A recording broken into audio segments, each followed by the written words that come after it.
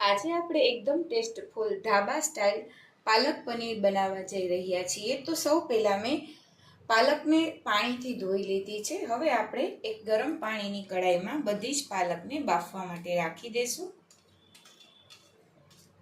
આપણી પાલક બફાઈ છે તે દરમિયાન આપણે મસાલો રેડી કરી લઈએ અને ગ્રેવી રેડી કરી લઈએ। તો ગ્રેવી માટે 1 નંગ ટમેટું,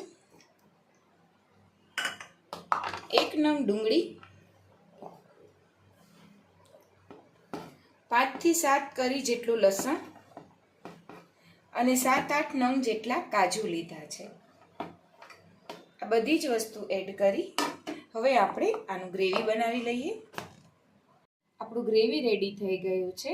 હવે એક વાટકીમાં મેં 100 થી 150 ગ્રામ જેટલું પનીર લીધું છે। હવે આપણે આ પનીરને એક કડાઈમાં તેલ ગરમ કરી આપણે પનીરને પહેલાં સાતળી લેશું, ત્યાર પછી આપણે ગ્રેવીનો વઘાર કરશું।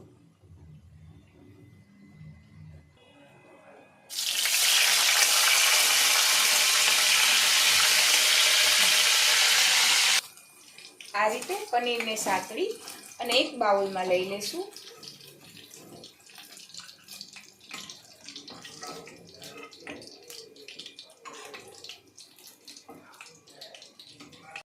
એ જ કડાઈમાં થોડું જીરું એડ કરશું,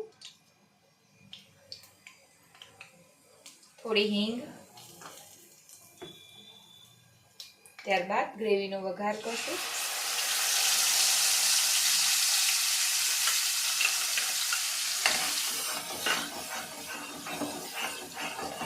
ધીમા તાપે ચલાવતા રહીશું।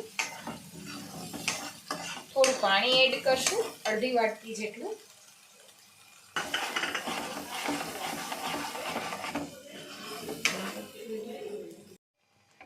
આ રીતે ધીમા ગેસે ચલાવતા રહીશું। ત્યારબાદ તેની અંદર સ્વાદ મુજબ હળદર, મીઠું, કાશ્મીરી લાલ મરચું,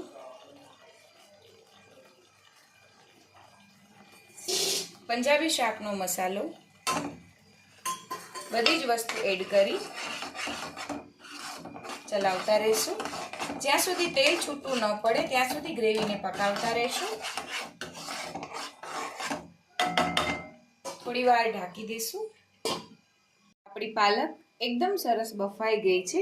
હવે એક ચમચીની મદદથી તેને આ રીતે કરી લેશું। જો બહુ જ મિક્સચરમાં ક્રશ કરશું તો તેનો ઓરિજિનલ ટેસ્ટ નહીં આવે, જેથી ગરમ ગરમ થોડું પાણીની વચ્ચે આ રીતે દબાવી દઈશું।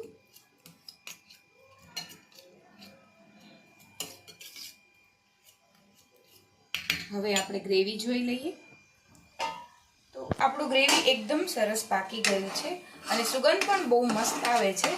તો હવે આપણે બધી જ પાલક એડ કરી દઈશું। સારી રીતે મિક્સ કરી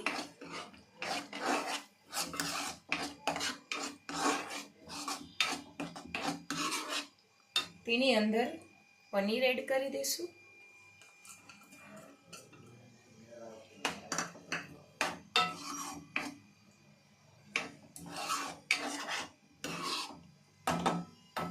થોડી ગેસની ફ્લેમ ફૂલ કરી વધારાનું પાણી બળી જાય ત્યાં સુધી તેને પકાવશું। આપણું પાલક પનીર એકદમ સરસ રેડી થઈ ગયું છે।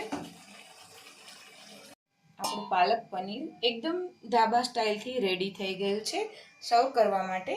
હવે આપણે તેને બાઉલની અંદર લઈ લઈ